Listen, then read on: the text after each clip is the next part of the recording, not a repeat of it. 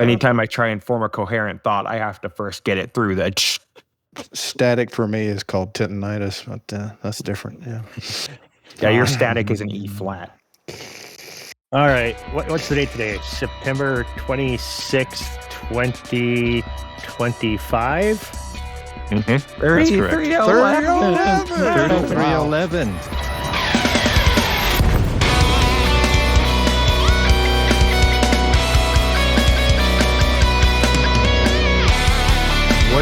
What show number? Oh shit! I know the answer to this question. I honestly do. It is show number 303. Wow, you do know where the notes are. No, I didn't pull that from the notes. I went up to the you got it from announcements. your Excel spreadsheet. No. I cheat. I go up to announcements in the Discord and look at what the number of the last episode that was announced was, and that was Nice. Musca Dark for this. Oh, I see. Because looking at the show notes would not be cheating. Got it. You got to pay ARCs for Where show are notes. these notes? I don't even know what you're talking about. They're pinned What at notes? the top of the recording booth. I didn't say anything. What recording booth? I don't know what's going on, but everybody, this is Screws Discord, this is the Loose Screws podcast that we're recording through Discord. That's working tonight. Loosest and screwiest Elite Dangerous podcast in the galaxy or the universe or planet Earth or somewhere in Idaho.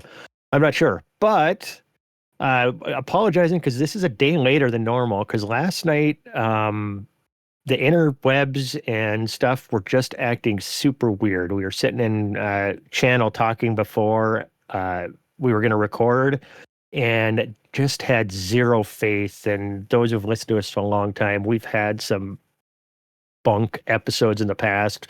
We've had cutouts and intermittent drops and just all kinds of goofiness. And we decided just to not risk it. So we just decided to try to do a show tonight. And that's what we're going to do. And we've got interesting crew here tonight. We'll start normal. I've got a Commander Oblivious, a Commander Arcshadow, and a Commander Roy Cookson. I'll introduce him last. So Oblivious, you start. What was your week like? What was my week like? Well, based on Elite Dangerous partner feedback, all of my normal witty opening comments have been delayed a week. But anyway, let's see. Okay, what was my week like? I didn't play much. I did go do the CZ. And CZ? CG? The CG. Yeah, the CG. The CZ comes after the CG, I think. The CZ comes after the CG. Usually. At least on every other Tuesday. But Is that AM or PM? UTC. Wait. Let's see. Never mind.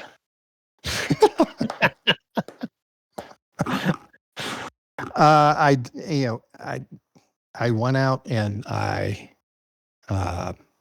discovery scanned and full spectrum system scanned and detailed service scanned a bunch of heavy metal and rocky planets and managed to get 25%. And all I got to say is, thank God for Zargon Peterson put together that Mandalay, because that thing is just so nice.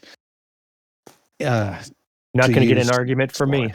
Yeah, that's the only thing that made that tolerable. How many planets did you get?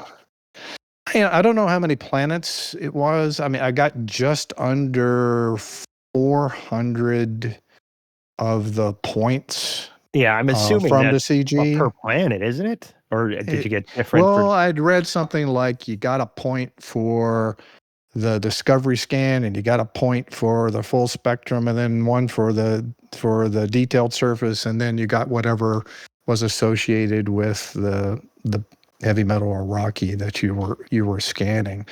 It was maybe 4 hours of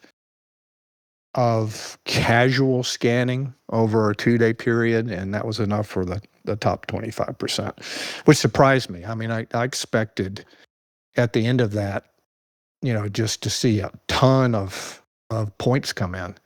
Yeah. And figured I'd be lucky if I got in the top 75, but no, I got in the top 25 with just under 400 points. So And that was me too. I did a quick casual, 5,000, 6,000 light year, just quick loop out and back, a bunch of first discoveries. And I had a 420 points by whatever Wookiee math they're using. So yep, I was proud of that. 420 on the nose, completely by accident. So I stopped there. 420. Yep. Very good. Yes. Very good. And real life has been Lark. We've been suffering from ADPD, which is attention deficit puppy disorder, around my house this week. So been having a lot of fun with that. She's sleeping over here to my right, and she's growing like a weed. So having a lot of fun with that. Outstanding. How about All Lark? right, Mark, your turn. Go. I just came back from underneath my desk because my subwoofer decided to just freak out, and Oblivious was shaking on the ground, and Chig sounded like the voice of God. So that needed turned down stat. What? That's normal, isn't it? Not in my world. Okay. Anyways, I'm not sure I like the image of my voice emanating out from under your desk. That is kind of that's scary. a bad visual. But I was going to say I've got a face for radio and a voice for print. So From underneath a desk, yes. yes. Fine, I'll put my pants on. Oh God. It had to go there. Hey, when I'm tired, my filter's already gone to bed in my head, so you just get what you get, man. Who There's a invited filter? this guy? There's a filter. But I am still out exploring. I was going to actually join in on some CQC, but got there a little too late because by the time I was ready to message them and be like, what mode you in, they were all not in voice anymore. And that was sad. Oh, well. Yeah, I found a Mr. really Today. big crater on a planet, though, and tried to, as one does, park on the edge of the huge crater and try and drive my SRV all the way up to the lip of it, right? Oh, I saw that picture. Yeah, 0.18 Gs, solid ice. I made it to about 60, 65 degrees up, and then I started not going up anymore, and then I started really not going up anymore. And then I was flying for a little bit, and then I exploded. It's okay. It's just an SRV. Just another Tuesday for you, right? Yeah, babe. I'm down to one SRV, though. My Asp Scout can't carry that many. So One is Oh, my head. Oh, shoot. But I'm having fun out here doing distance screws for myself. And yeah, that's all I got. Sorry. All right. Go take some Tylenol, Chig. That is prime. Take some Tylenol. Good God. That is prime Lark Shadow right there. All right. And now tonight we've got somebody who at first, Roy, have you ever been on this show? I don't think so. No. Never. No. No. I'm surprised he didn't hang up during the intro, but anyway. I know, right? Well, that'd be fair. Yeah. I'm just going to introduce you real quick, and then we're going to find out what you've been doing your entire life. Sure. Okay. Roy Cookson has been around our Discord, I think, longer than I have, quite possibly. He's been a member of this community. I'm sure you want a distance screw, the first distance screws 2. He used to be out on adventures with Dubs when he used to play and everything else. And then you were on was it Elite Week when you first started on it? Then it became Black Brown Eye Legion. What was it? Black Sky Legion. Legion? Yeah. It was Elite Week for a while. Yeah. Yes, and then you guys switched to that, and you did awesome work on that. People probably remember. I mean, you guys were running that serial for a while. What was that? Like an old time, but in the future radio show, wasn't it? Yeah, it was like a radio play. Yes. We had a lot of voice actors and so forth, and a lot of fun, a lot of work, but a lot of fun, and I think well received. Outstanding, yeah. And then you were in when you guys were looking for the Dark Wheel, and you were doing a ton of stuff over there. And now you left for the game for a while, and then you came back and popped back into our Discord, and now you're like doing all kinds of crazy shit in our Discord, like Roy's Tales that we've taught. Roy's Stories, right? That's fine. It's fine. Yes, Roy's It's Stories. Tales. Roy's Okay. novella Well, I at called this it Tales last night, and then I was corrected that it was Stories. And that's phenomenal.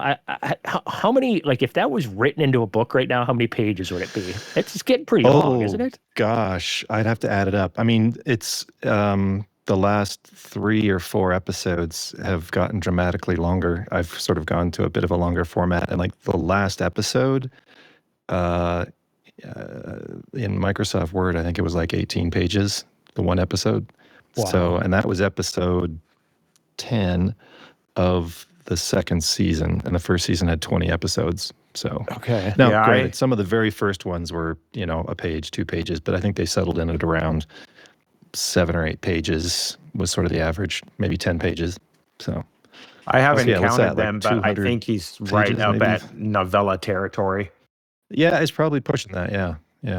Yeah, For sure. and these are top notch. I mean, you have me fooled into believing that you are actually a professional author that could do this for real money. It's actually very, very, very high quality. I enjoy every episode.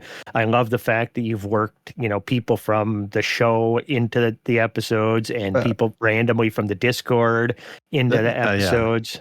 I mean, that's what I was going to say. Is the Loose Screw Squadron? Gosh, I say that 3 times fast. Loose Screw Squadron is a rich source of hilarious lore to work into stories. So, thank you all for that.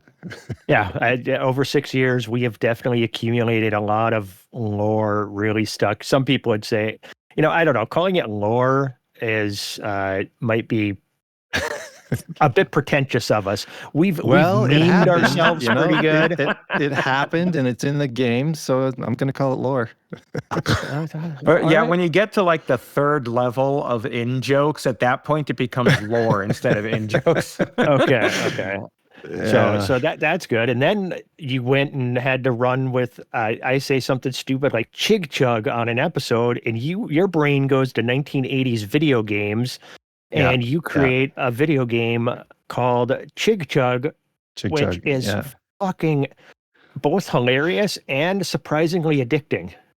Yeah, 1982 Dig Dug is what was a Namco game is based on. I loved that game, and it's so weird. I just that phrase came up. Chig Chug came up in the. I mean, it started with? Was it the Burrs' response? Their sort of well wishes during the 300th episode, and then they had the bit where they were giving everybody new names, and then in the episode after that, somehow Chig Chug became a phrase, and it just stuck in my brain. I'm like, Chig Chug, Dig Dug, like just like that. And it's that. And then I thought, I've been wanting to try this new thing, vibe coding, for a while. Wouldn't it be cool? I wonder if I could actually pull this off, because it's like, it's a 2D. It's not really a dungeon crawler because it's cheese, but it's kind of like that. It's a simple cheesy cheese dungeon crawler. It's not a dungeon crawler; it's a fridge crawler. Fridge crawler, we'll call it that. So it's fairly simple in concept. It's not like Unreal Engine 5 or something, but figured I'd give it a shot and managed to. Look. Did we lose Roy? Oh, we got him. I still got Okay. Roy Chig. Bueller. I think we lost Chig. We lost Chig.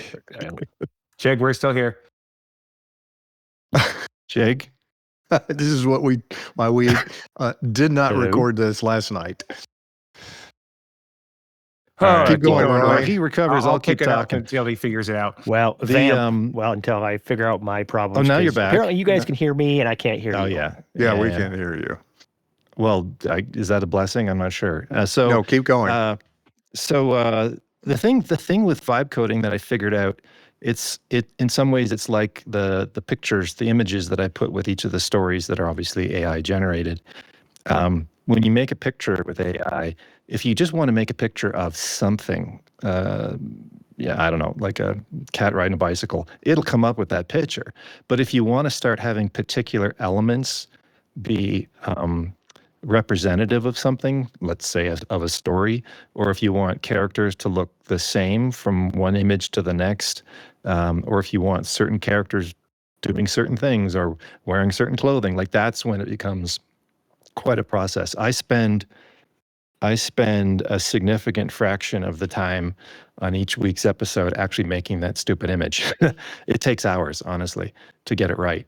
So to fill that in for the listeners, and he has, shall I call it illustrations? Yeah, it's like illustration. It's like it comes from old novels where you'd have an illustration at the chapter boundary. Yeah. Right. And so each story will have some type of illustration on some element within the stories, and you've been doing that with what AI platform? It's been the GPT the whole time. I think it started with 3.5, and now we're up to 5. Are you using the premium version of it? I'm using the plus. I'm using the plus version. What does that paid cost? Tier. It's like $20 a month. Okay. Yeah. No, that ain't bad. And there was a dramatic. I mean, if you go back and look at the images through season 1, there was a dramatic change in the picture engine capability. I want to say like 5 months ago, maybe. And fewer fingers. Fingers are almost not a problem anymore. And you can do completely photorealistic stuff if you want, or choose different styles. The style I often go with is called painterly. So it's like almost photorealistic, but not quite.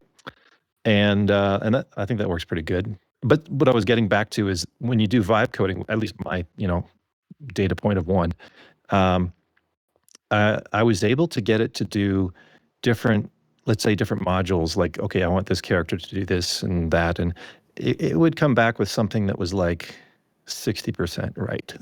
Like it would kind of work. It would almost always run, but there'd be a lot of misinterpretation of what I wanted. So again, a lot of sort of wrangling after the fact. I think on that game now, compared to like coding it from scratch, probably no comparison, but it took me, I want to say, maybe 16 hours total to get it to where it is now. Dang. And now, to be fair, I guess the other thing I'd say is I have programmed before. I'm not a programmer by trade, but you at least know what you're looking at with it. Yeah, I mean, I've done assembly code, machine code, Pascal, Fortran, some pretty old stuff. Oh, frick. You stayed in a Holiday Inn Express at least once, I'm sure. Yeah. You never go somewhere. Thanks, man. And then some other weirder stuff in between, like Visual Basic and a lot of Excel programming. Like, so I know algorithms, I guess is the point, and I can figure out syntax if I see some examples, which I think it would have been tough to get to where I got to without some programming knowledge to understand what it was doing wrong when it was doing things wrong. So yeah, that was fun. It's not done yet. I mean, one of the last things I added in was some power-ups you can pick up now on the field. So you can get, you would not believe how many times I've had to type "Motriti stete" in the course of programming this game. So I know exactly how that's spelt now. And you can pick one of those up, and it makes you invulnerable for a few seconds, which is handy with some of the monsters in the game. And then user feedback was that the most. Well, I'll ask you, who do you think was the most annoying monster in the game so far? Daxi. Yeah. Oh, I thought you were going to say in real life. No. So I had to come up. I didn't want to nerf him. It does mirror life, because people love the mechanism that he had, the mechanics of his character. So now you can also find on the field a Guardian phase torpedo, and if you pick that up and then shoot it, it will track him down no matter where he is and take out his docking computer. and then his character just goes in circles. We need one other feature there. We need an FU ban type of attack. Okay. So. Okay. Well, I'm also working on. I've got some ideas for maybe a boss level, and I don't know, maybe some other games. It's been a lot of fun. I'll keep pushing on that as long as it's fun, and so far it's been a lot of fun. So it's outstanding. And people, you can come to the Discord, and that will be in Chug Chat. I mean, Chug Chat, Chick Chat. I don't know, whatever channel it is now. It's currently Doug. called the Chig Chug channel.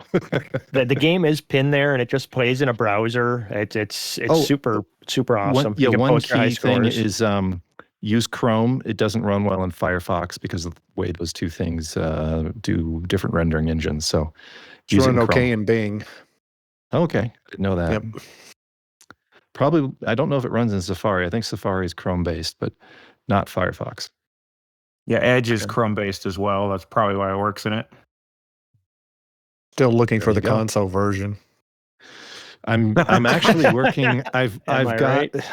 I'm actually, well, I'll just say it. I'm working on an iPad version, something that can run without. That counts. That counts. So to have on-screen controls.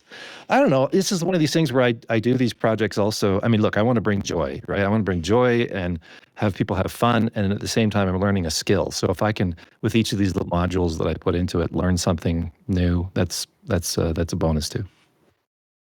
Outstanding. A great contributions. Glad we finally had you. I can't believe that you have never been on before. Now you're stuck. Now you're a crew member. You're stuck coming on. Yeah, all it far takes more is once. frequently. I got shanghaied, and look where I am. Yeah, I just went through the door and I just fell through the floor on a slide and popped out in this dungeon. Yep. Here I am now. Yeah. Well, Anyway. I gave a little bit of intro. Tell us what I missed. Start at the beginning. Well, what? Let's see. This week, you mean? Born in No, a small no. town of. Yeah. Oh my God. I'd say this week if you were on last week's episode, but Okay, you've never fair. been on, so Okay. you got to go back I'll to give the I'll give the 30,000-foot overview. I'm one of these old farts that played the 1984 Elite on the Commodore 64. Yeah. Nice. A lot of fun. Love the game, obviously. And then I was also, of course, when the Kickstarter came out, I was all over that. I played the alpha and the beta of the Kickstarter. Got some cool skins that I think they're all available now. Occasionally, like the flags and stuff, the flag skins on ships and things. There was a few cool things like that. Then I sort of stepped away from the game. This is, family, kids, life, moved a bunch, and then I had gotten the big box set. It came in this box that the Kickstarter, I forget what it was called, Ultimate Edition or something. It was like 1.5 feet long, this box. Nice. Had a lot of little tchotchkes and things in it. It was cool. And that thing sat in my basement for like 5 years. And then I just kept walking past it and I keep waiting for when my life gets more calm or when, I don't know, the kids go off to school or something, screw this, let's just open the box. And that was the summer of 2019, finally, that I opened the box and got back into the game. So that's kind of where my story with Elite picked back up. And then only a few months after that, listened to the first Loose Screws recording and found the Discord. And yeah, if I'm remembering right, you're like one of the OGs. Because I wasn't the first, but I was joined pretty early. And I remember you were there by the time I came around. So, well, look, there may be other people who were there at a similar time or earlier, but I guess one thing I would say too is I like hanging out in voice chat through the week, just talking to people and stuff. And that's not everybody's thing. So there could be I know we've got a lot of people in the squadron who don't come into the voice chat. I would just say, to maybe dispel the mystery, it's completely safe. It's a fun place. If you just want to come in and just not even talk, it's fun too. I think some of that culture came from like Distant Screws One, where after, in Loose Screws fashion, after the kickoff and we all launch and get some good pictures, we're all off in different directions and not anywhere in the same system. So it's not like you're actually simultaneously flying and exploring in the same system, but we were all exploring together, just in different places. And look, when you're exploring and you're doing your thing, it's not always, and it can be hours, right? So it's not always like you want to have a talk track going the whole time. Maybe if you find something cool, it is cool to share that and say something about it, but it's not like you're carrying a conversation the whole time. And I think part of that carried over into the culture of the general voice chat here, where if you want to have something to say or just say a few things, say hi, and then be doing your thing, and maybe speak up if something cool happens and you want to share a picture of it or whatever, and that's fine. It's a pretty low maintenance, low commitment kind of interaction, but it also creates the community, and it doesn't feel like you're playing the game by yourself. So Like so that's this, cool. I'm in here still jumping toward waypoint 4 in Distance Screws 3. And I was planning on just doing jump after jump after jump, but I found this system that has a gas giant with water life and a gas giant with ammonia life. And I think that's interesting. So I'm scanning them both because no one has yet. That's cool. That's super cool. Yeah, when I first came back, so I left the game, I came back. I mean, as Chig mentioned, I was on the other podcast, and my life changed again. I mean, look, everybody's life was different in COVID, and I think it created this artificial existence for me where I was working from home so much that I had a lot of time for the game and a lot of time to be on the show and all this other stuff. And then as sort of the fog of COVID lifted, that started disappearing. And it was, suddenly I found it like, ooh, I can't keep doing this. I can't be in the game. I can't, so it just had to pull the ripcord. And then, yeah, a year and a half went by, came back in January of 2024 when things were sort of teetering on the brink here in the game. Wasn't even sure if it was going to keep going. And unfortunately, they had that marvelous, rebirth? Roadmap? Yeah. The war. They brought in the new marketing team, and now got a bunch of new ships, and the Thargoid War, finally went somewhere and then resolved, and all the great stuff that's happened since then. But when I came back into the game, my goal was actually to go on an expedition. I mean, that's what I do the most of in the game, I'd say. Well, maybe except in the last year with the Thargoid War, but that's always been my passion in the game, was exploring. And I came back in wanting to go to the core because I'd been through the various distant screws expeditions. All three of those expeditions have had something extend off the end of them. So on the first one, a group of us ended up continuing on past Sagittarius A star all the way up to Beagle Point and Salome's Reach. And then on the second one, a bunch of us went to the western edge of the galaxy, because there's also another, it's not as far out as Beagle Point, but it's a similar challenge, because as you get to the really sparse stars on the western edge, you have to really, you can get yourself in trouble with jumponium and lack of materials, because it gets, in some ways it's harder, I think, because there's a longer region of super sparse stars that you have to, it's like Indiana Jones, when he was in that room where he had to step on the right letters to get across, or the floor would fall out. It felt like that, because you really had to plan out 3 or 4 jumps in advance and figure out what you had jumponium for to get to the last one. And then when we got out there, of course, what we did is had a big SRV race and tried to kill each other. So it was, that's kind of par for the course. Yeah, as one does, yes. As one does. And then this one, Distance Cruise 3, obviously I was, this was actually the closest one to what I wanted to do when I came back in the game in 2024, was go to the core. Because in the meantime, I had also gone to the southern edge of the galaxy, and a bunch of us, Audaxius was in on that one too, and chickened out toward the end and pulled the ripcord and took the escape pod back, which I'm not bitter about. I'm just going to throw that out there. It's fine. He made the right choice. But because I was out there for a very long time, and I get it. People, this is inevitably what happens, is you go on one of these expeditions and suddenly things start happening in the bubble. There's a cool CG, there's a war, there's this, that, and the other thing. And yeah, I'm being a bit hard on him. He wasn't the only one. I think I was the only one left out there. So anyway, I'd already been to the south, and here's what I figured out is, if you look at the maps on EV Astro that show density of stars that have been explored, everybody wants to do the, let's go to the pole, let's go to the edges of the galaxy, go to the extremes, up, down, left, right, north, south, east, west. And the truth is, there's actually very few stars. When you think about the 400 billion stars that are in the Milky Way galaxy in the game, a shockingly low percentage of them are in the outer third. If you think of a donut that includes the outer third, I don't know the exact percentage, but I think it's something like probably 90% of the stars are in the core. And that's, I mean, if you've And it been makes there, sense. if you've been there and looked at the star map, like if you don't have a beefy graphics card, you can like crash your computer trying to do the galaxy map in the center of the core. And the sky map, the sky box, when you're on a planet looking up, is just crazy. It's just you can explore in a unengineered sidewinder in the core pretty easily, doing jumps of like 2 light years to get from one place to the next.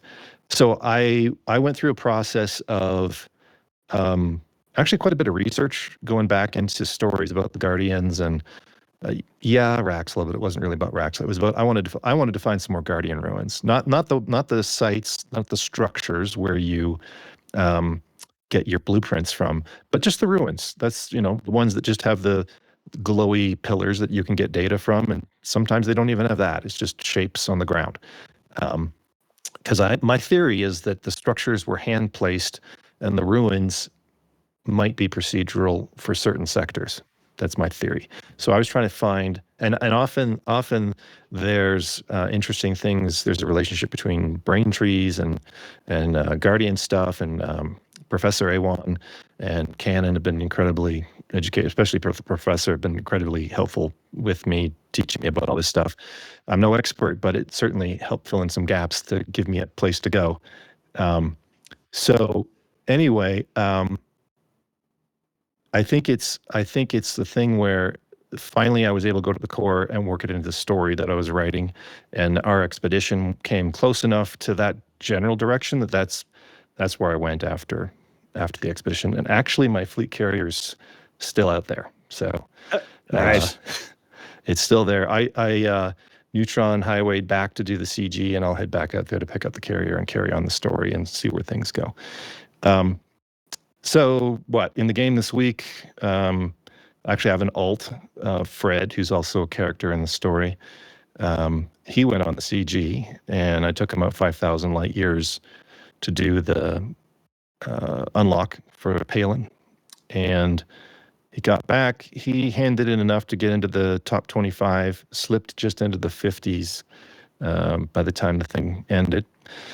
But I can't unlock Palin because I don't have Quent unlocked, so now I'm doing Serious Corporation reputation missions for that.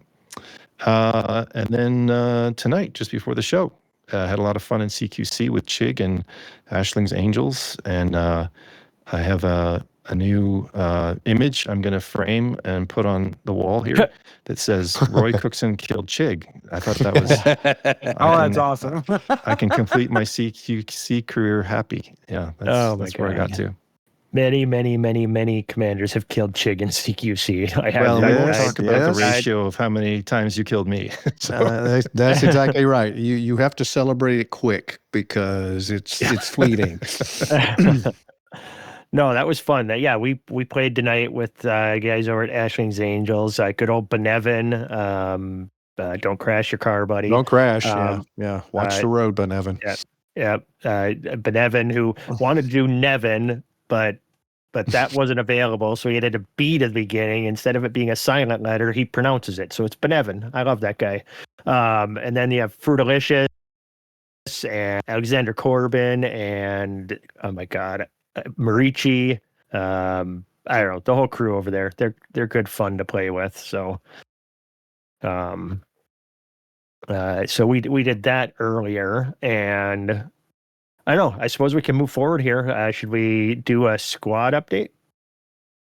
Sound like a plan? If we have to. I hate it more than anybody. Okay, that's a squad date. BGS is still fucked. All right, now let's do power play. Who does power play stuff? Okay. I'm launching. You're not going to do the sounds? I can do some power play, but I can't do the sound. I can do the sound. You want me to do the sound? All right. You do the sound. Go for it. Wow, he can do This is the short PP report.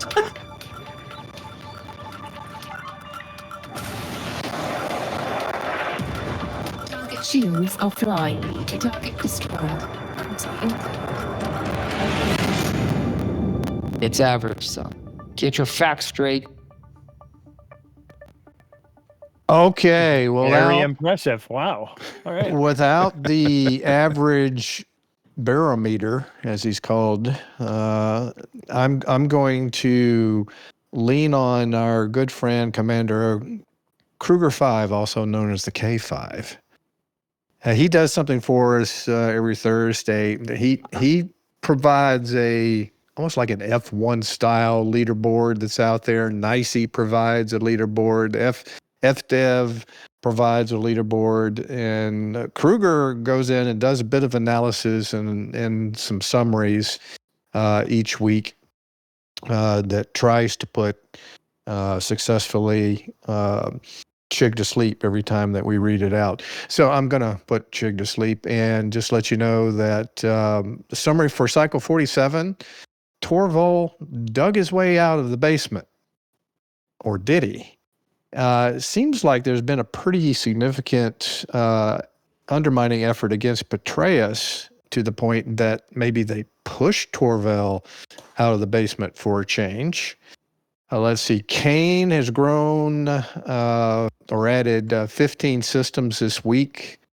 Rui, at least looking at the Nicey and the Kruger 5 boards, seems to be doing, quote, arguably well. Kane, if everything keeps going the way that it looks over the last couple of weeks, Kane should be passing Antel by the next cycle. Petraeus, on the other hand, he's lost another 4 systems, so that makes 29 systems that he's lost over the past 2 cycles. And again, Rui, another big strong showing with +5 strongholds added. And is in the lead for the number of strongholds that are added. You got to put those golf courses somewhere. I mean, That's it, and the keg parties will continue until the morale improves. Let's see. The one interesting note is that it seems like the majority of the powers out there have focused on strengthening systems rather than undermining. There is some undermining going on, but not a lot. And it brings up a pretty interesting question. Is it because the majority of the Power Play 2 folks that are out there are realizing just how underwhelming undermining levers are?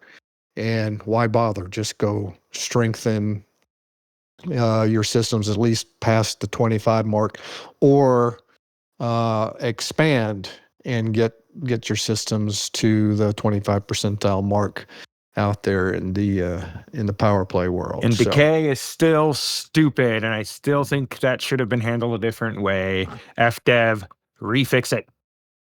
I think it's fine. So there you Holy go. cow, this gas giant has green stripes. Cool. What? There is your better than average power play update. Did you just discover a green find a stripe green gas giant? Not a glowing one, but this one definitely has green in its stripes. I'll put a screenshot in the place for the thing. If it's not glowing, Because there's only been like 62 of those discovered since the beginning of the whole game. Yeah. So it's kind of a big deal if you found it. Give me Me a and minute. Roy I don't both have the jumped on screenshots it. folder bookmarked on this page. We're both like, did you just casually say you discovered a green gas giant? You son I of a might bitch? have. I don't know. Here, you tell me. God. Oh, Tell There me. it is. no, that's not one. No. It's got No, a they're green like tinge. lime green, like Well, neon. It's not the lime green, no, but it has a got green kind of tinge. a Ghostbuster slime cat green. vomit green Yeah, going there. but it is green, so that's cool. You Okay. need to color balance your monitor. My monitor is color balanced for my eyes. Wow. Yeah, exactly.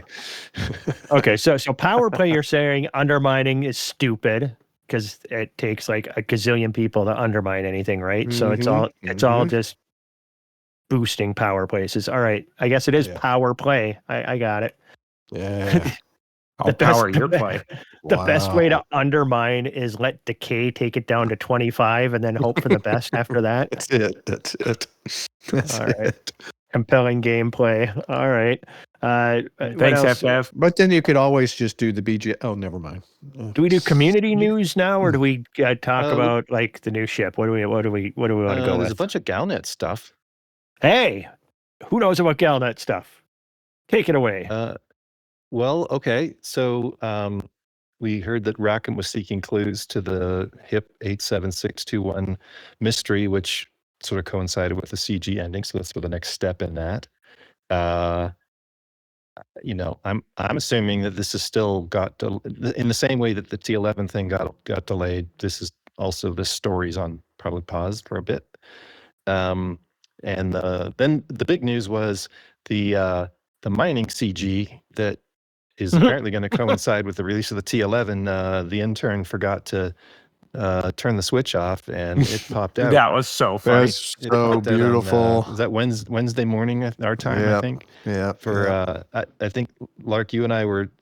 Who were we? I forget who we were talking to on the channel. Who'd It was seen like but 7:30 in the morning for me, Central and Time. we saw that at launch, and we're like, "Is anyone in game to verify this? Because this Yeah. is insanity." Yeah, it was there for maybe I don't know how early it was before we It was saw there for like but it was a good 15 minutes. at least I was going to say 15, 20 minutes after we saw it. It was Yeah. still there. So that happened. They turned that off. There's been another bit of flavor text about exobiologists demanding answers about the HIP system. And then maybe the bigger one that probably is going to, I think, drift into the discussion topic here is there was another Galnet that dropped talking about some stats on what the Type 11's buffs are going to be, which are pretty impressive. More than doubled mining damage from increased fragments per second, increased limpet speed on this mining controller, increasing the controller limpet count or the collector limpet count from 8 to 14. Jesus. And an increased chance of the enriched chunk spawning. And then they did some other things that was the quality of life and the accessibility things about the flashing the lights and stuff. And they also reduced the spread of the mining volley repeater. But I think that's all good stuff. I think the other maybe verging on controversial things are just how much they've increased the efficacy of this thing. Yeah, it was boosted way too high, if you ask me. It should be like a third lower, and I think that would be the sweet spot for it. These guys can't win. Too low. It's too high. No, they really can't, Oh, and that's the funny jeez. part. Well, I think the original that they put out when they first announced this thing, and then it went out to the partner program losers out there, and they must have complained a little bit, but it was basically on par with other mining ships, from what it looked like. And then they come and do this to it. Now it's like basically, I'm not going to say it's like you're going out there and you're your own wing mining, but Jesus, you're going to fill up your hold pretty goddamn fast with all of these little Yeah, this is for tweaks. the type of miners who are the people that just want to see fast number go up, make credits, which I am not. I will continue to mine in my gunship because it's more fun. That's no surprise. Shocked, I'm telling you. I'm surprised it wasn't the Scout. I have mined in the Scouts. Not bad. Not great. Not That's bad. no surprise. I don't disagree with any of that. One idea I had when I read this was there's never really been a mode in this game like there is in MMOs where people specialize functions and then operate in a group or a team, like healer, fighter, tank, rogue kind of analogs. And I think the closest I'd ever seen to that was when AXI and Meccan were talking about how they were doing wing healing when they were doing Titan bombing runs, that sort of thing. Nice.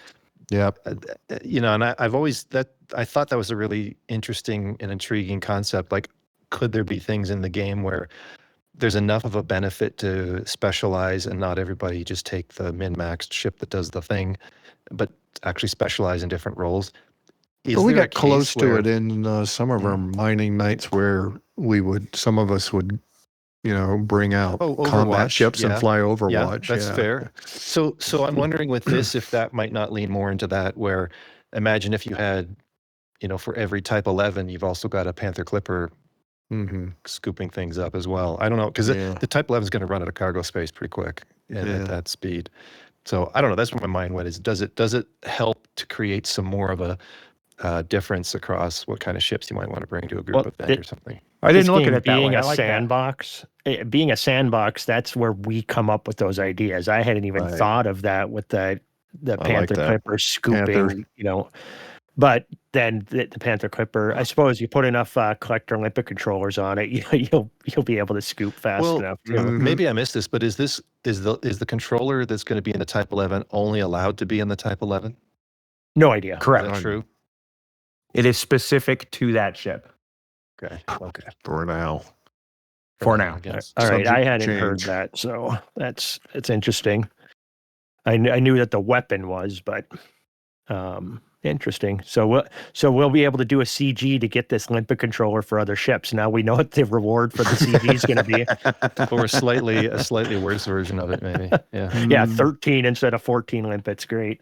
Yeah, no, it's interesting, and like you said though, the old MMO, the triangle of power, your tank, DPS, and heals. That this game has so many opportunities to do stuff like that. When the Titans came in, that was a perfect opportunity to need a healing ship with a DPS ship and something with high armor that can draw attention. You need the ability to draw aggro from things and stuff like that. Escape, there's so much potential. It's the curse of the blessing of the ships being so reconfigurable, right? Yeah.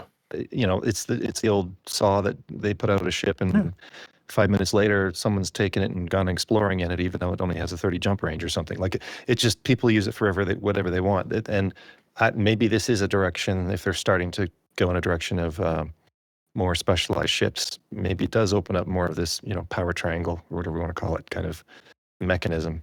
Could be interesting. Yeah, there's other ways to make that system work, though, is just, by having benefits for a ship having certain things on it, like for instance, Right. when you're doing Thargoid combat, when we were going for, Oops All Gold, Operation Bronze Medal back in the day, when you're fighting Thargoids, a lot of people have these misconceptions, they're like, oh, I went cold. I've lost aggro. Well, that's not how aggro works with these things. You're just harder to target right now. It can still shoot at you and it will still chase you.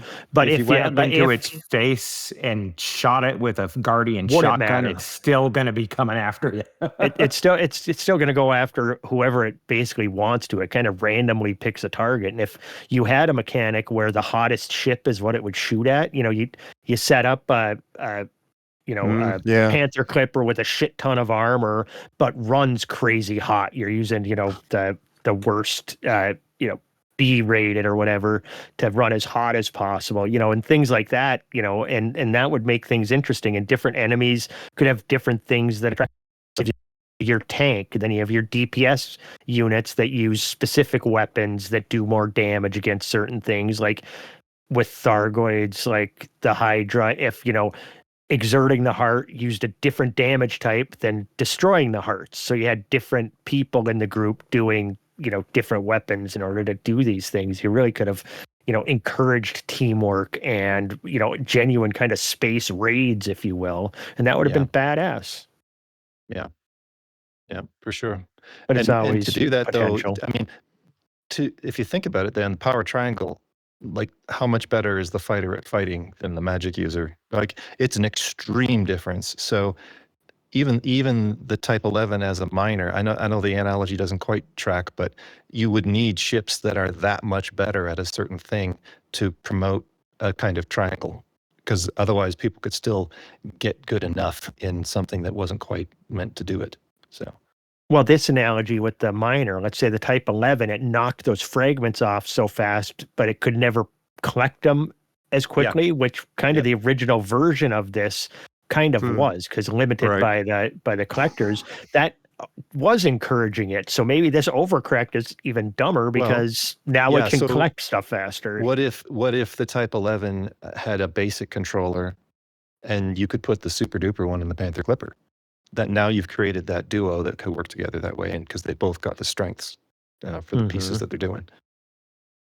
Yeah. Well, I mean, what if the Type 11, and if you really wanted to encourage team play, is it has this super laser, but it didn't have shit for cargo. So it literally knocked chunks off, but couldn't even really collect them, so you needed a partner there to collect the stuff for you.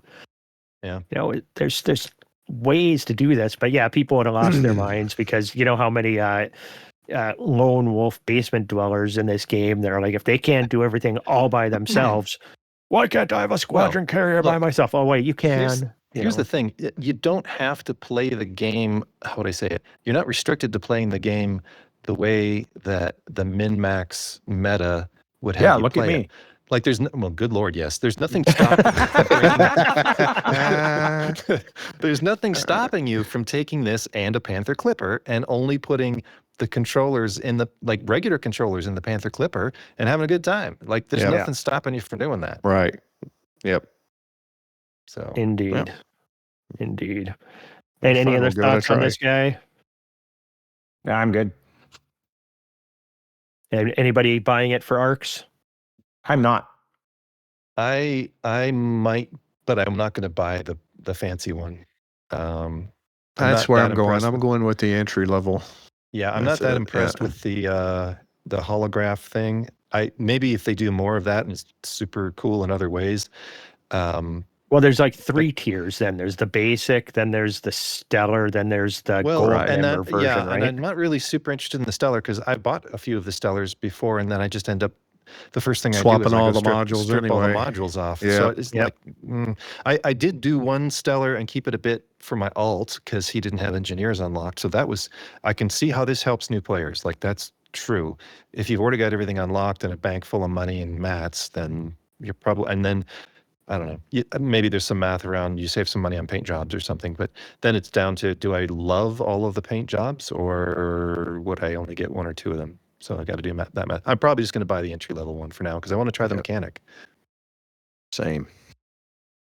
Yeah. So I'm not. I say I won't get it for arcs, but depending on how much Blooming Wind likes it, because I know he is one of those crazy miners. If he just adores it, then I might get it for arcs. But currently, I'm not planning on it. Whoa! If it does something way better than another ship, there's no way you're going to waste money on arcs. You want to do things poorly. What is happening? You're crazy. I for me, it all depends on what the reward for the CG is that comes out. If it's something that I can only get that way, and this ship makes it the only way to do it. No, I mean they could. So we could mention that the thing that was leaked, really, it's a paint job and a decal. There's no decal, decal. There's no special module. I was curious if we call them stickers. Stickers, okay. I was curious if there was going to be something, I don't know, that was more combat plus mining, because SLF requirement or something. Right. But that doesn't appear to be. I mean, maybe. It doesn't appear to be in the initial blurb, though. So, well, maybe I've got to buy it. Go ahead. I've got to buy it to add to my Jar Jar Bing collection. So, Misa hates it. Check it on C. Ruined for everyone. maybe they took some feedback on the how many pay to win discussions, valid or not, were going on, and by toning down the goodies from the CG and how on the nose it is. I mean, yes, you're going to get faster mining, but it's not like you're not getting something from this CG that it doesn't break it like a special module. It's just that's better. Yeah. And I actually enjoy mining. I've done a shit ton of mining, so I done a lot of tritium mining. But that's not what this is I've for, done very little tritium mining. When you're stuck on the south edge of the galaxy, and that's the only that's a different story. Well, you were still with the gang when I flew my carrier and met you guys about halfway out there because you guys were sick of mining. Brought you guys tritium to get you home. Oh my God, we were so burned out. Oh, I remember that. Yeah, those were the days. So, well, how about some community news? Only things I have that I want to mention are, I don't know how many of you listen to Lave Radio, They, and Alec Turner has been talking about Commander Sulu, who fell down the stairs tragically back at early July, I believe. He fell, and it was to the point where they had him in a coma for like 2 weeks, and he's lost like 84 days of his life from this, and he was literally where they were saying their goodbyes, and now he posted on Discord here a couple days ago. He kept having heart attacks when they tried to revive him from the coma, and at one point I think he was out for 14 minutes. Like it doesn't get more serious. Yeah, they had to drill a hole in his skull to relieve pressure. They had to. I mean, this guy went through everything. This is one tough son of a bitch. That, good for you, Commander. The salute thing. I'm doing it in real life because I am thoroughly impressed. And Alec, good job keeping everybody up to date on this situation. And I'm super, super excited. And if you haven't heard this story, he posted his first post in Discord in months was just a couple days ago. It was on Burr Pit. It was on the Buckyball Racing Club Discord, and it's worth a read. And if sure. You don't get some dust in your eyes from reading it, you don't have a beating heart. So I just wanted to shout that out. And then the Commander Chiggy, who passed away, longtime member of the community, of the Elite Dangerous community as a whole. He'd been a part of a lot of different things. They talked about it over on Lave, and they're talking about Commander Chiggy, and I'm Chig. I just want to make clear it wasn't me, no matter how much hoped it would be. But it is be unfortunate. A really weird podcast if it was. This game, it just we're a bunch of old men playing this game a lot of times, and with that comes certain risks. and it's not you're run of the mill. We're going skydiving. No, we're just old and we can drop dead at any time. So just enjoy every moment you have with all of your friends. And Nurgle, I'm always worried about you. So that's all I had. That was the only sincere thing I had. Anything else out there you guys want to shout out? I've got one thing. I have one thing. So I've sort of in the same vein as hearing a random phrase and then running off and doing vibe coding a game. There was a really funny thing that happened this week in the Discord where Lark, I guess, rolled out of bed and said on the Discord, "Hey, wouldn't it be cool if someone wrote a heavy metal song about me?" And then 5 minutes later, wasn't it you, Chig, that had come? And as soon as I saw that, I thought, Roy Stories the musical. Oh my God! So a special premiere sneak peek this evening of the theme song from Roy Stories the musical. So this is a test. This is a sort of a market test. Oh boy! I had so much fun doing this. The tool I used was called Suno. I would highly recommend it. It's a lot of fun. And I'll also say, similarly to how I've programmed before and it helped me do vibe coding, I've done music before. I don't do that for a job or anything, but I've took piano for 8 years and was in music and school and all this stuff. But it's not alien to me. So I was able to maybe work through the tool a bit easier than a complete neophyte. But I guess the judgment will come here in a minute. So can I make one comment on that before you go? I just want to mention that tool, that Suno. I literally, when Lark Shadow said that he wanted to write a heavy metal song about Elite Dangerous, I literally just Googled AI music generator. Suno was like the second one down. I'm like, okay, clicked on it, typed in the prompt. I go, heavy metal song set in the Elite Dangerous universe about Commander Lark Shadow and his love of Asp Scouts. I hate everything about that song this. popped out in 20 seconds, and I listened to it. I'm like, holy crap! And then I posted it. It's actually really good. I mean, it's gosh, I'm going to get some flack for this because true musicians are probably just cringing that I even said that. It is. Can I think confirm. it's tapping into this uncomfortable truth that hundreds of thousands of pop songs have the same 4 chords kind of thing. Yep. It's tapping into that.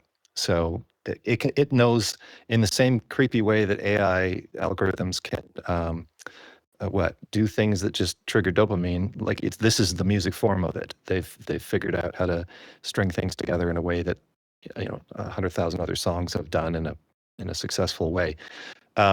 However, I would also say when I was doing this little thing I'm going to show you or let you listen to, I guess, is I wanted something specific. And as soon as you want something specific, oh my God, then hours pass because you're tweaking and tweaking and tweaking. Because look, part of the joke when this thing came up was, of course, there'd be a saxophone. So of course there has to be a saxophone in this.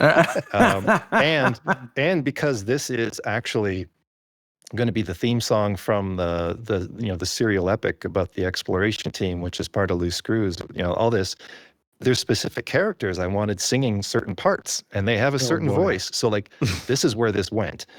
So anyway, without further ado, I'm going to subject you to can you handle 3 minutes and 19 seconds? Get all My day. wife, Go. 3 minutes. I think it'll go 15 fast. seconds. I think it'll feel like it goes. So just to set this up, imagine this is like this will be like a theatrical production. This is a musical. So these are people on stage, maybe a couple of instruments, maybe there's an orchestra underneath.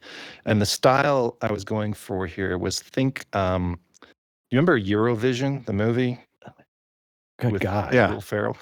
So Yeah. I think Eurovision spectacle, symphonic rock opera, and then of course there's the saxophone. So Okay, I'm going to mute my mic because I have a feeling I'm going to be chuckling. All right. I'm going to go throw up. okay, yeah. I'm just kidding. You're fine. Here we go. Here we go. All right.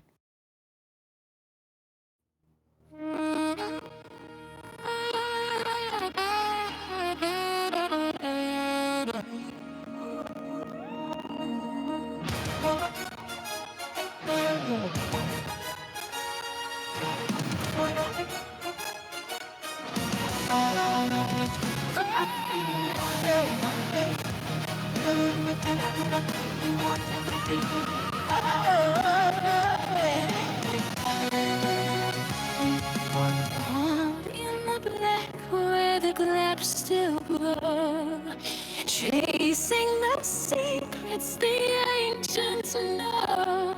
Soul tethers pull us through fire and flame. We'll never return the same. I've seen the stars grow, and I watched the story told. But still we fly, still we sing to the harbinger we pray. Written in the void, guardians in the world we can. Evolution cold through the silence. Together we rise, together we sing. Through silence and shadow, all takes way.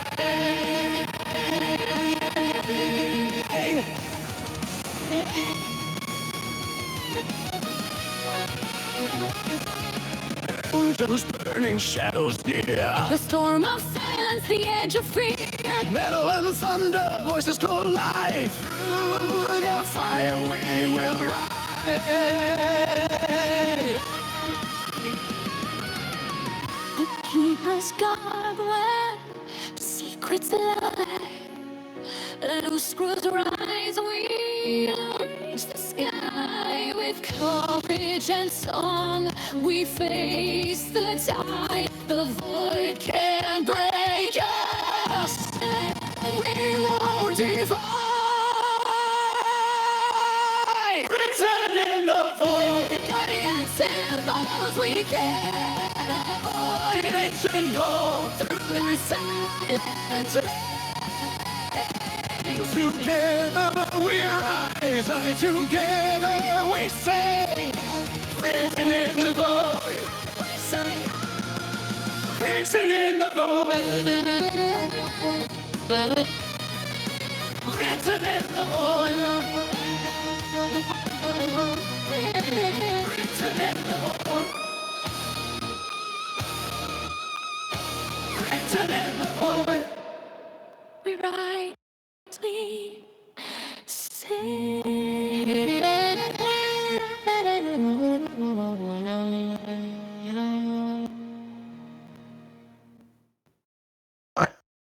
Good There you God. have it. I don't think we can follow that, man.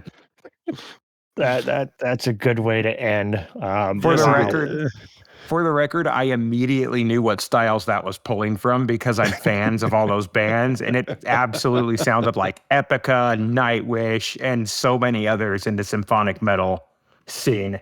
But it still got it. So for whatever that's worth. it's Well- insane that you know we can that this is where creativity is at right now, is just have a machine do it for us and they can do it that well. Look, I'm going to do this as long as it's fun and it brings joy, right? Like, Yes. so here's what I'm going to do. I'm going to, this Discord probably mangled this thing, static and pops and who knows what. I'm going through 5 different tools to try to even get this thing into Discord, but I'm going to put it in Chig Chug, I think, maybe. Okay. Or no, I'll put it in the DS3. I'll put it in the DS3 chat because that's where I put the Roy stories. There you go. And we'll see how people react to it. And, you know, I could make the next 6 episodes be a musical, or maybe this is just accompanying and the way the images accompany, because I got a whole playlist mapped out. Just make it like the episode of Strange New Worlds, where it's just like that for one episode and no one really knows why. So Yeah. I don't know. We're becoming this Loose Screws multimedia empire all of a sudden because of Roy just throwing random shit together on us here. It's kind of impressive. We're running out of time. Otherwise, I'd take you through some of the titles of the songs I've got lined up. To match up with some of the episodes. Oh, so they're going to save that for future shows, man. Yeah. You share this every week. It's fine. That's it. It can become a whole section. Oh, maybe not. But yeah, we'll see how this goes. But thanks for humoring me with this. And you're good, man. This, No like I said, worries. this has been a lot of That's fun, awesome. so. No, I love it. No, thanks for coming on the show tonight, and I hope you can find time to come on far more frequently, basically as frequently as you'd like. Okay, I appreciate that. I really appreciate that and all the kind words. Thank you. But yeah, that's all I've got. Anybody got anything else? I am a gold. Other than that screenshot, I put both in screenshots and in recording for you guys. Found this planet that's really close to its star, and it is just getting blasted. Oh, that's cool. That's a cool picture. So, okay, I'll go do cheese of the week. Yeah. In order to get this, Wow. in order to get to this cheese of the week, you need to go play Chig Chug. It's the square. Oh, no. 7 from the top, 43 from the left. That's the one you It's got not to going to eat. be the same. It's not. It's random. It It's not gonna be comes the up. He same. has a random cheese, dude. It's a grid. It's a grid of cheeses. Every square you're eating is a cheese. I'm not going for the power pellet. I'm going for that one okay. specific square. Okay. You got to go find that one. Now, if you get lucky in your game and you get like a bonus cheese right there, hey, you win the prize. I'll give you some credits, like 8. 8. But all right. That's all I've got. Thanks. More Thanks, bonus Mark. credit if you fly into a planet at full super cruise boost and survive. -8. -8. Oh. -9. 9. All right. Thanks, Lark. Thanks, Oblivious. Thanks, Roy. Thanks, Jig. And thanks, Craig Bott, for recording this. And that's all I've got. Bye. Say bye. Cheese, bye. Bye.